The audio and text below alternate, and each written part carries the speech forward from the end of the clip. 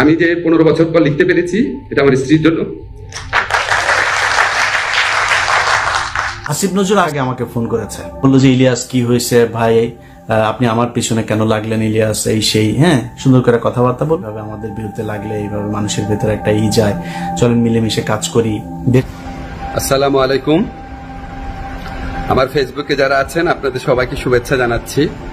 আপনাদেরকে একটা গুরুত্বপূর্ণ জিনিস বলতে চাচ্ছি। দর্শক, অবশেষে সাংবাদিক ইলিয়াস হুসাইনের কাছে ক্ষমা চাইলেন আসিফ নজরুল। আপনারা জানেন কয়েকদিন যাবৎ ধরে ইলিয়াস হুসাইন আসিফ নজরুলের একের পর এক অপকর্ম ফাঁস করে যাচ্ছিল।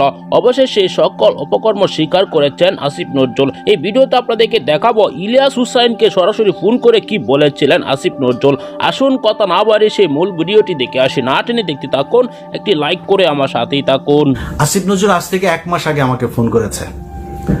আমরা যখন মাহমুদুর রহমান ভাই দেশে গেল, দেশে যাওয়ার পরে আমরা মাহমুদুর রহমান ভাইকে যখন সে জেলে ঢুকাইলো আইন দেখায়া, তখন আমরা এটা নিয়ে ব্যাপক সমালোচনা করেছি এবং এদিন খুব কঠোর ভাষায় আসিফ নজরুলকে নিয়ে কিছু কথা বলেছিলাম এবং তারপরে হুমকি দিয়েছিলাম যে তার কিছু অডিও রেকর্ড, এই অডিও রেকর্ড কিন্তু আমার কাছে সবার আগে আসে, আমি ছাড়ি নাই এটা। তো সে এটা জানতে পেরেছে। কিভাবে জেনেছে? আমি এটা পাঠিয়েছিলাম আবার আরেকজনকে। তো পাঠানোর পরে সে আবার তাকে জানিয়েছে যে ভাই এই ব্যাপার, তাকে সাবধান করার জন্য যে আপনার বিরুদ্ধে কিন্তু এই চলছে, আপনি কিন্তু এটা করেন না, আপনি কিন্তু ভাই আমাদের করেন, সাবধানে চলেন, আপনার ট্যাপে ট্যাপে ফেলতে পারে, সো একটু সাবধানে চলাফেরা করেন। তারা সাবধান করে দিয়েছে, নাম বলে দেই।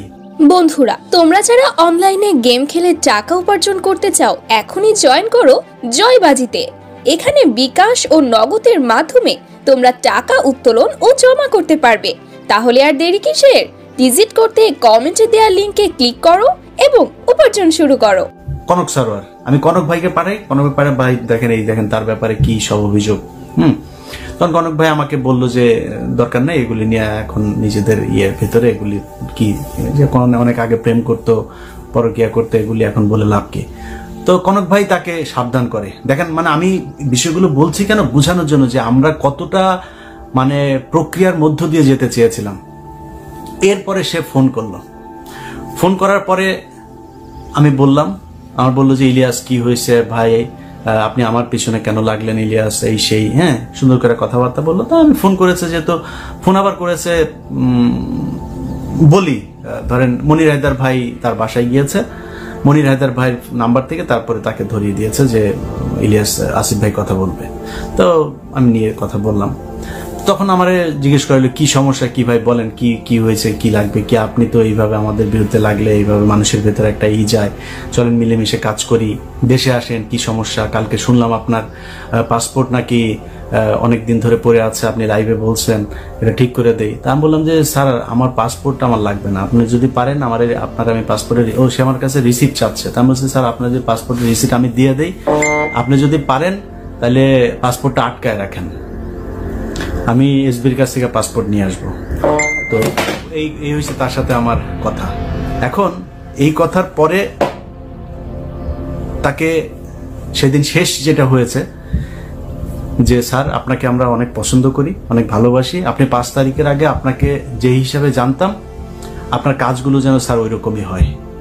এই হলো তার সাথে ওই দিন আমার ফোন আলাপের শেষ। তার 3 দিন পরে সে ফারুকীকে উপদেষ্টা বানিয়েছে। এবার বলেন তার সাথে মিলেমিশে কাজ করব কিভাবে? যেই হোক, আসিফ নজরুল তো বিশাল পাওয়ারফুল না, বলতে পারেন যে ডক্টর ইউনুসের প্যারালাল একটা মানে পাওয়ার সে এখন প্র্যাকটিস করছে।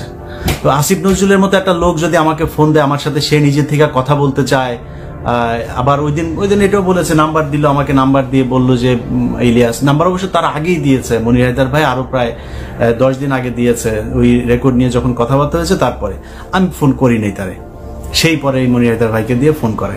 তো মনির হায়দার ভাই চেয়েছে যে সম্পর্কটা ভালো হয়ে যাক। এখন আসিফ নজরুলের যখন ফারুকীকে করলো, এরপরে তো আর কোনো কথা নেই। আচ্ছা, তার আগে আসিফ নজরুল, প্রথম আলো, তারপরে কালবেলা, এদেরকে নিয়ে আমি নিউজ করলাম, 2টাতে আসিফ নজরুল আমাকে কাউন্টার দিয়েছে। ভাই, অনেক মানুষজন আমাকে ফোন করে বলেছেন, অনেক পলিটিশিয়ান, সবার আগে মাপ চাই, আমি জামাতের আমিরের কাছে মাপ চাই, ওনাকে আমি খুব সম্মান করি, উনি আমাকে না করেছিলেন দ্বিতীয় পর্বটা দিতে, কিন্তু মাননীয় আমির আসলে আমার কিছু করার ছিল না, কারণ এই বিষয়টা মানুষকে জানানো দরকার ছিল।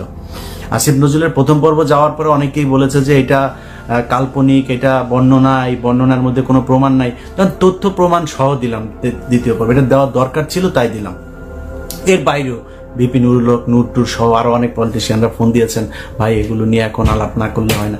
তো আমি তাদেরকে একই কথা বলছি, আমি কিন্তু যা কথা বলছি আমি সোশ্যাল মিডিয়াতে আমার এই রেকর্ড থাকবে, সো আমি সব কথার জন্য দায়িত্ব নিয়ে বলছি।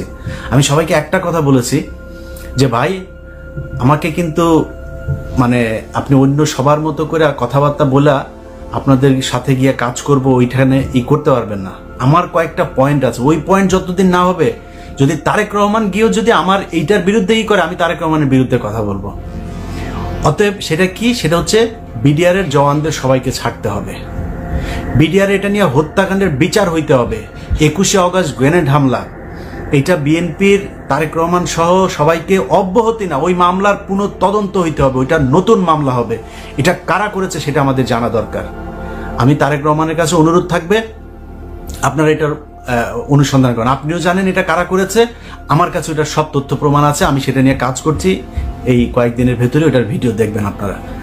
অতএব আপনি 21শে আগস্ট বিডিআর হত্যাকাণ্ড, তারপরে উদিচি, নারায়ণগঞ্জ বোমা হামলা, যেই ঘটনা, শাপলা চত্বরে যে হত্যাকাণ্ড, এগুলো সব বিচার হইতে হবে খুব দ্রুত।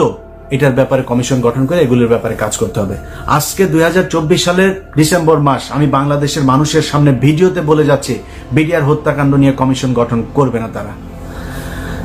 অতএব এই যে মানে আপনার কোনো কিছুই যে হচ্ছে না, মানে ইন্ডিয়ার ব্যাপারে সব জায়গায় চুপ, সব কিছুতে কাজ চলছে, এটা চলছে, ওটা চলছে, ইন্ডিয়ার ব্যাপারে সবকিছু।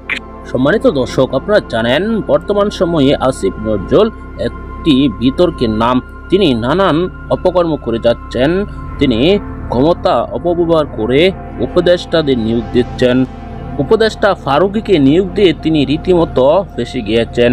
সাংবাদিক ইলিয়াস হুসাইন, পিনাকি ভট্টাচার্য, কনক সারোয়ার সহ বড় বড় যারা সাংবাদিক তারা ইতিমধ্যেই তার অপকর্ম ফাঁস করে যাচ্ছেন।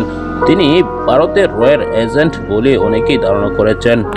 ইলিয়াস হুসাইন কয়েকদিন আগে একটি ভিডিও আপলোড করেন, সেখানে তিনি কিভাবে ভারতের রয়ের এজেন্ট সেটি প্রমাণসহ তথ্য দিয়েছেন। তারপর থেকেই মাথা খারাপ হয়ে গিয়েছে আসিফ নজরুলের। তিনি একের পর এক দৌড়ঝাঁপ শুরু করে দিয়েছেন। সাংবাদিক ইলিয়াস হুসাইনকে সরাসরি ফোন করেছেন, তিনি ফোন করে কি বলেছেন এটি আপনারা দেখেছেন এই ভিডিওতে। তিনি তার স্ত্রীকে নিয়ে কথা বলতে গিয়ে কেঁদে দিয়েছেন। দর্শক, বর্তমান সময়ে তার অপকর্ম এর পর এক ফাঁস হয়ে যাচ্ছে। এবার কঠিনভাবে ধরা খেয়েছেন আসিফ নজরুল। অবশ্যই আমরা পরবর্তীতে আরও তথ্য পাবো। পরবর্তী ভিডিও পাওয়ার জন্য চ্যানেলটিকে সাবস্ক্রাইব করে রাখবেন। আসসালামু আলাইকুম ওয়া রাহমাতুল্লাহ।